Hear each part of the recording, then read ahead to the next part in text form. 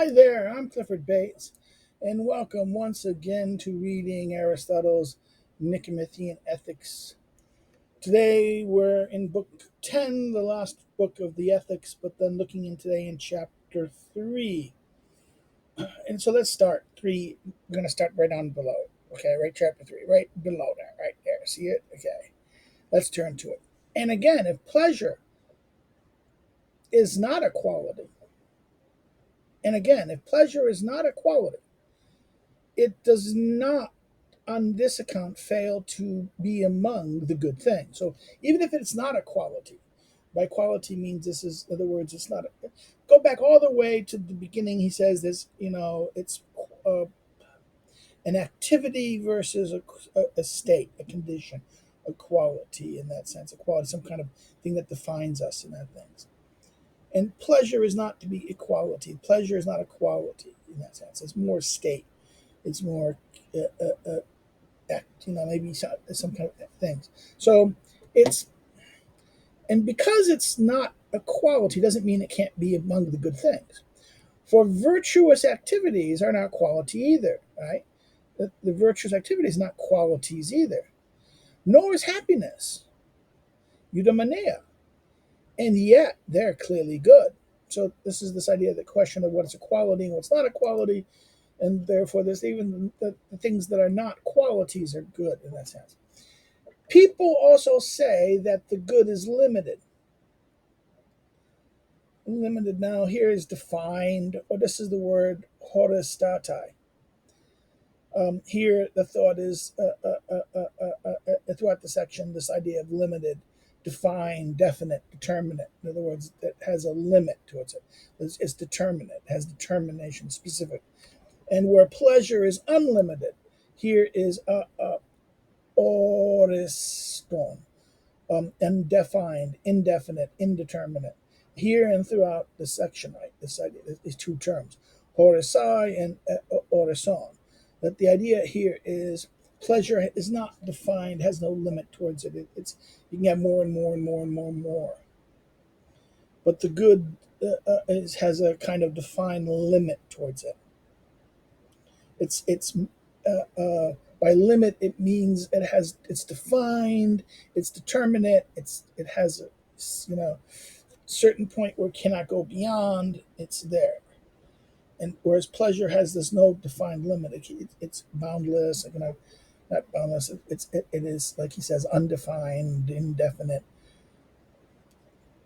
because it admits of degree. The more and the less, right? Because they say because pleasure is unlimited because it admits more or less pleasures like this.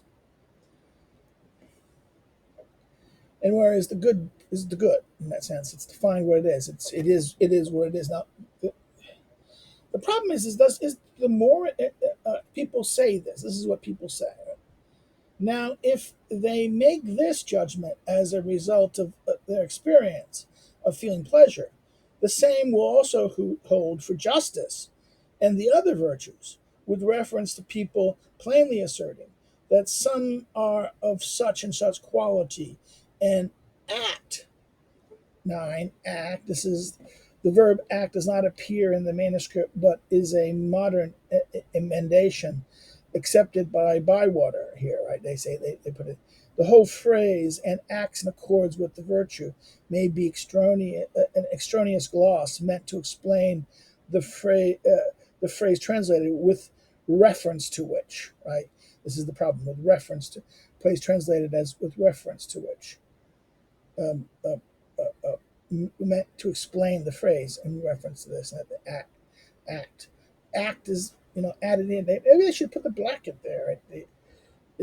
Okay, I understand why they're doing it. They want to explain that honestly, but there's no act there. They put it there. Some such are such and such in quality, and act, or what is this? With reference, in accords with the virtues to a great degree or less degree. So they're of such and such a quality with reference to what people plainly assert. Which people reference to people plainly assert. in such a quality, and in accord, and they should bracket act, in accord with virtue to the greatest or lesser degree. These are those who are more just and courageous than others. And it is possible both to be just or act justly, or to act justly, and to be moderate to a greater or lesser degree. So you can you can act justly. In other words, you can be both be just, and be moderate to a greater and lesser degree too. Right? This is that whole point that the virtues can be the same quality, that they can have more or less. So if it's because pleasures can have more or less, this doesn't necessarily mean that virtues also can be more and less. But if they make this judgment by recourse to the pleasures, they may fail to state the cause of this. Some pleasures are unmixed and others mixed. In other words, 10. In addition to having a varied reading, the text here is quite compressed, even for Aristotle, and admits of different interpretations. For example, some scholars maintain that the final clause of the sentence states Aristotle's own account for the possible cause of unlimited and indefinite characters of some pleasures. This is apostle. Others, that it expresses a reason why the would-be critics of pleasure fail to state the cause of supposed unlimited pleasures, because they fail to take into account the distinction between mixed and unlimited pleasures. This is Irwin. Still others, the cause repeats a premise held by some critics themselves, one that further complicates their own position. This is Aquinas, Stewart, Gautier, and Jotif. Right? This is it's held repeats a premise held by the critics themselves. Right? One that further complicates their own position. And that's it. So therefore, this is the three. This is why this passage is going to be paying it. So they fail to make a judgment by recourse of pleasure. They fail to state the cause of this, and some pleasures are unmixed, and others mixed. And what prevents the case of pleasures from being like that of health, which, although it is limited, admits of degree, the more and the less, like health in that sense, but pleasure. For the proposition that constitutes health is not the same in all people, nor is some one proposition always present in the same proportion. Not, nor is some one proportion is always even present in the same person. Rather, even when it slackens, the proportion remains present up to a certain point and varies in degree more or less. Right? This is the idea of health in that sense. Example of health. Right? What concerns pleasure also admits of being such of kind. Right? So, in positing that the good is also complete. Now, perfect. This is tilion, perfect. This is telion, perfect, complete. This is perfect. Some people say perfect. Complete, I think, is a better translation. It fulfills it. Good is also complete. In other words, it hits its end, it achieves its end. Whereas motion and process of coming into being are incomplete. So motions and processes of things that come into being are incomplete. The good itself it achieves its end. But whereas motions and things like this are incomplete. They attempt to affirm that pleasure is emotion in a process of coming into being. But even their statement that pleasure is emotion does not seem a beautiful one, a colossal one, noble one. For quickness and slowness seem to be properties of every motion, if not of motion itself. Right? For example, the motion of the cosmos. Then relative to something else. In other words, that this idea that for quickness and slowness seems to be a properties of every motion, if not of motion itself, for example, then relative to something else. But neither quickness nor slowness belongs to pleasure. Quickness and slowness belongs to pleasure. For it is possible to enter quickly into the state of feeling pleasure, just as it is possible to become angry quickly. But it is not possible to feel a given pleasure quickly, not even in relation to another person, as is the case with walking and growing and all things of that sort. In other words, distinction of this, that it's easy to become pleasure quickly, or like to be, in other words, he says the example of become angry, right? Feeling pleasure is possible to become angry. But it's not in relation, in other words, but it's not possible to feel pleasure quickly. In other words, it's in other words, you're feeling pleasure, not this feeling of the pleasure. You feel the pleasure. It's not, well, this is person gets at one speed and the other person gets at another speed, right? Uh, as in the case with walking and growing, right? Walking and growing, you're walking. Some people walk fast, some people walk slow. Growing, some people grow fast, some things grow.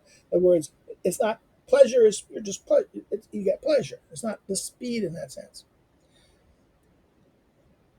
It is possible then to undergo change in one's pleasure either quickly or slowly, but it's not possible to undergo the activity pertaining to it quickly. I mean, feeling the pleasure itself. In other words, if you're feeling the pleasure, you feel the pleasure. It's not like, ooh, I'm speed. There's speed of pleasure. Some people feel pleasure faster than others slower. No. It's that, okay, some people may get it quickly, come to it quickly, come to the state quickly or slowly. But the feeling is the same regardless in that sense, right? Being in the state of it there's no relative speed of the state in that sense. And how would pleasure be a process of coming to being, For it seems not any chance things come into being out of any chance things, but rather that out of which a thing becomes into being is that into which it is dissolved. So, and pain should be the destruction of that thing whose coming into being is pleasure. So therefore, the thing that it's dissolved, in other words, it dissolves into the thing that destroys it, right? In other words, it doesn't come out of a chance thing. It comes into being out of. It is not any chance thing comes into being out of any chance thing, but rather out of a thing comes into being is that into which it is dissolved, and pain should be the destruction of that thing whose coming into being is pleasure, right? Pain, in other words, that pain should be the destruction of that thing. So they also say that pain is a deficiency in one's natural condition, and that pleasure is the replenishment or restoration of it. But these are things experienced by the body. So therefore, in other words, he's saying that some people say that this is a pleasure is a restoration, right? That pain is a deficiency, and that pleasure is a restoration. But these are things experienced by the body. So if pleasure is a replenishment of our natural condition, then that in which the replenishment occurs would also feel the pleasure, right? This would therefore be the body. Yet this seems not to be the case, and neither is the replenishment pleasure. Therefore, although some would feel pleasure when the replenishment is taking place, and would be pained when being cut. Now, editors have questioned the reading of the manuscript here and suggest different interpretations and alternatives to it. Some hold that Aristotle is referring to the undergoing of surgical operations, right, as the word tremonemos can mean, e.g. Bartlett. Gottlieb suggests that he is means simply a cut resulting from a grievous accident, referring also to Plato's Timaeus, right? The point would be this: although the body undergoes the replenishment or the cutting, it is not as it is not, or not simply the body that feels the resulting pleasure or pain, but rather the person as the whole, the body and the soul. Not the, in other words, it's not the body that does it, it's the body and the soul. And still, editors suggest amending that would read in the translation when he undergoes when he undergoes emptying or depletation, right? They would add this into the translation. Would read in the translation when he undergoes empty and depletion, right? This is that what he being, or when he be enter into this empty and depletion. Now, I think I agree with them by saying when being cut here. I think their explanation note here is a very good one. This opinion seems to have arisen from the pains and pleasures associated with nourishment. For as people become depleted and feel pain and anticipation, they feel pleasure at the replenishment. So therefore, this opinion seems to come from pain and pleasure associated with nourishment. And therefore, this is, when they become depleted, they feel feel pain and anticipation. They feel pleasure when they get replenished. But this does not happen in the case of all pleasures, though, right? Saying this may be true in some, but not all. For the pleasure associated with learning are free of pain. So therefore, the example of learning is kind of free of pain, right? And among the pleasures related to sense perception, those of smell are free of pain too, in addition to many sounds, sights, and memories and hopes. So therefore, sense perceptions, some something smell, he says, and so too many sounds, sights, memories, and hopes are things that are free of pain. Of what then will these be? What of what then will these be the coming into being? In other words, it's senses. There's no purpose of that. They have no coming into being of something else like this. So, of what then will these be the coming into being? In other words, they're this pleasant in themselves. They don't produce anything. They're not. For no depletion has arisen of which there could be a replenishment. So in other words, there's something that you memory sense, there's no pain associated with it. Therefore, because it's not associated with it, well, what is the coming to be? What emerges out of this? There does not seem to be emerging out of these simple pleasures or these things that he mentions here. These kind of sense perception or some memory, as he says here. Um, uh, um, uh, uh, in other words, sound, sights, memories, and hopes, right? For no depletion has arisen where that could be a replenishment in that sense, right? And against those who adduce, and against those who adduce the most disgraceful, of the pleasures, to prove that pleasure is not good, some might say that these are not pleasures. So therefore, those who point out to the most shameful of the pleasures as this, that they're not really pleasures. For if they are pleasant to people in a bad condition, one should not suppose that they are in fact pleasant, except to such people, just as one should not suppose either that things that are healthful or sweet or bitter to sickly people, or again appear white to those with diseased eyes, are in such fact. In other words, okay. Sometimes in other words, he's saying here that um, some pleasures that these base pleasures are pleasant to these people because these people are bad. Because in other words, they feel pleasure from that only because of they're in that bad condition. Like the sick person, some things certain things Other people, healthy people, will not get sweetness. There's some things that are helpful to people who are sick that aren't good or useful to people who are healthy.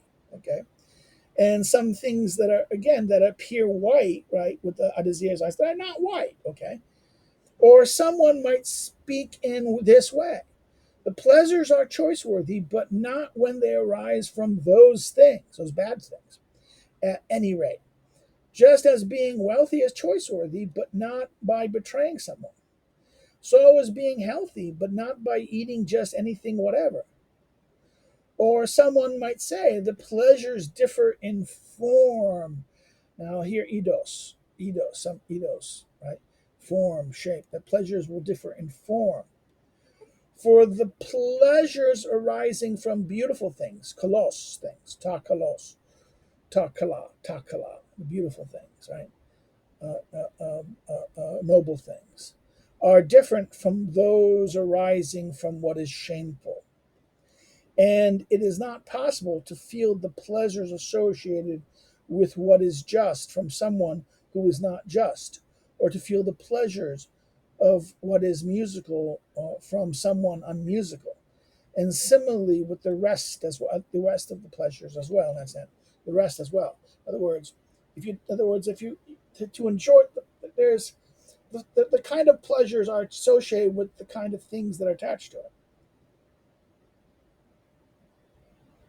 So he says those noble things are different from associating with what is sinful. So therefore, the pleasures associated with the noble things are going to have a different pleasure than those. I mean, they may get pleasure, but they're. I mean, um, people feel pleasure, right?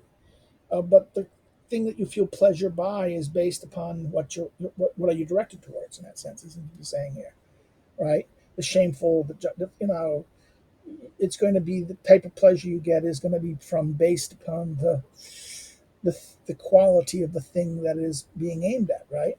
That you're not going to get musical pleasures from someone. In other words, the pleasures that you get from music is only going to be gotten from someone who understands the music. And the unmusical won't get those pleasures. The pleasure you get from being just, only the people who are just, who are inclined to do justice, will get those pleasures. The person who's unjust will not understand them, not feel those pleasures, right? Um, uh, uh, uh, it is not possible to feel the pleasures associated with what is just for someone who is not just, or to feel the pleasures of what is musical for someone who's not musical, and similar to the rest, right? Moreover, that the friend is different from the flatterer seems to make it apparent that pleasure is not good, or that it differs in form from what is good. So, therefore, in other words, the friend and the flatterer, the difference. A friend versus the flatterer. The flatterer this is not the same thing. The flatterer flatters, this doesn't really deliver a good thing. So here's the problem: is pleasure is what thus it is apparent that pleasure is not good, or that it differs in form from what is. So it's either not good, or that it differs in form from what is good. For a friend seems to keep our company with a view to what is good, the flatterer with a view to pleasure, and the latter is blamed. So people praise the former on the ground that each is keeping company with a view to different things, right? This is the example of the flatterer versus the friend. The friend will keep our company, does not keep because it gives us pleasure, right? The friend seems to uh, apparent that the friend is not good, or that it differs from that. Because a friend seems to keep our company with a view to what is good, right? Right. The flatterer with a view to the pleasure, to give you pleasure, to kind of,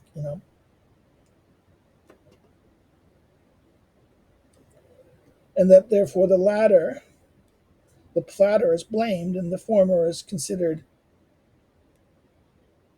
Hold on, we got a Windows problem. We got a Windows freaking out problem. I don't know why Windows freaking out.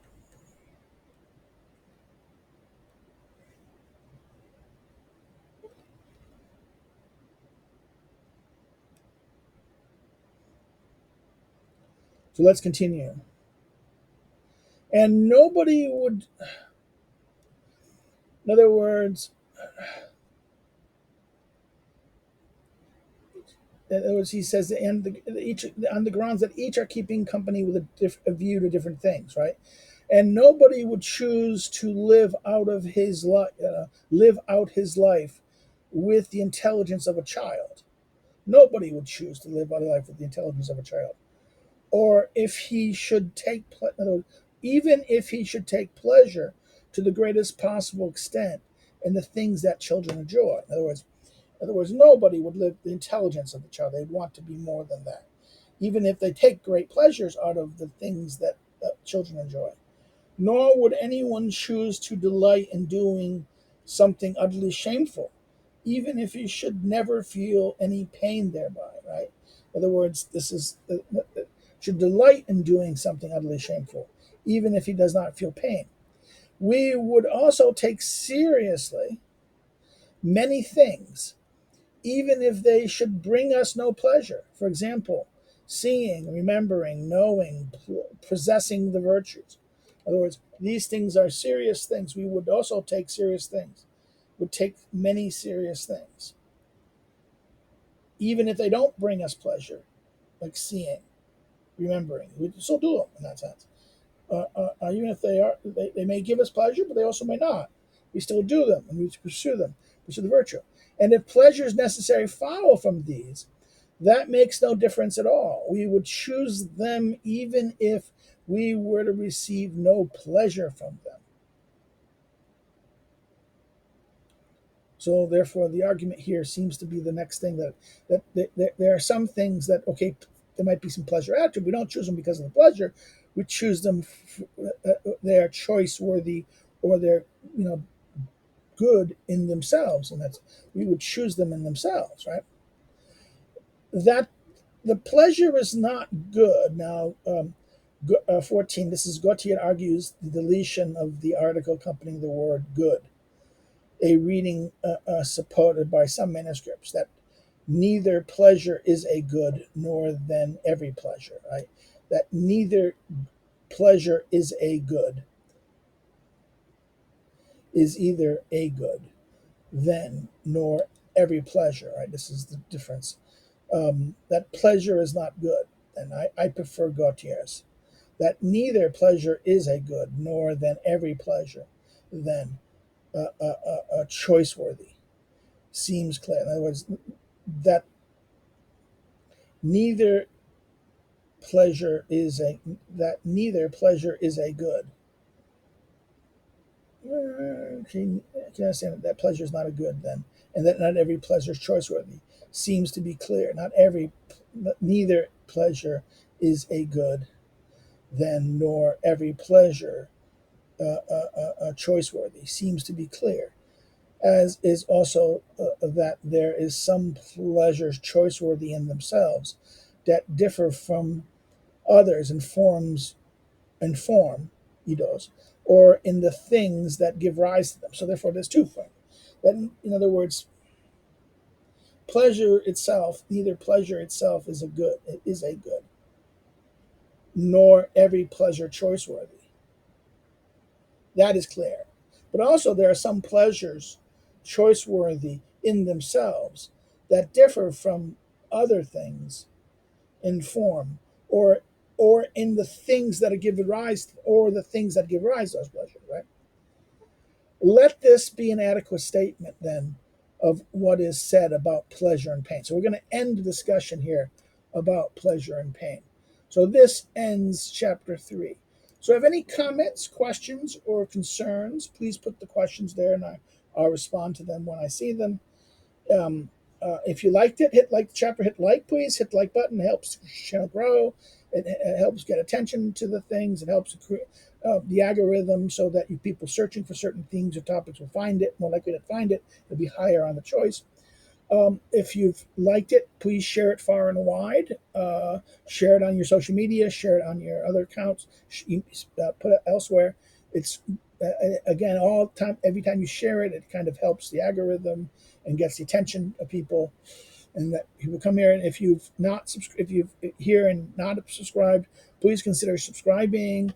Please encourage your friends to come to the channel, check out what we're wrapping up here in the ethics, but also maybe go back and watch the whole ethics, and go back and start the whole playlist or check out the other playlists that other things that we've done in Aristotle's Politics or things like that. Another thing you do want to do is if you want to follow me on social media, the social media links are below. If you want to check me out as a scholar and check my scholarship out and the like, you can do so underneath the social media or the academic social media links. And last but not least, if you want to help me to do what I do here by contribution and you can do so through Patreon or Subscribe Start links I'll give them below. Or you can, as we say, buy one of my books. The 3 books available below. You can order at a local bookstore or a bookseller.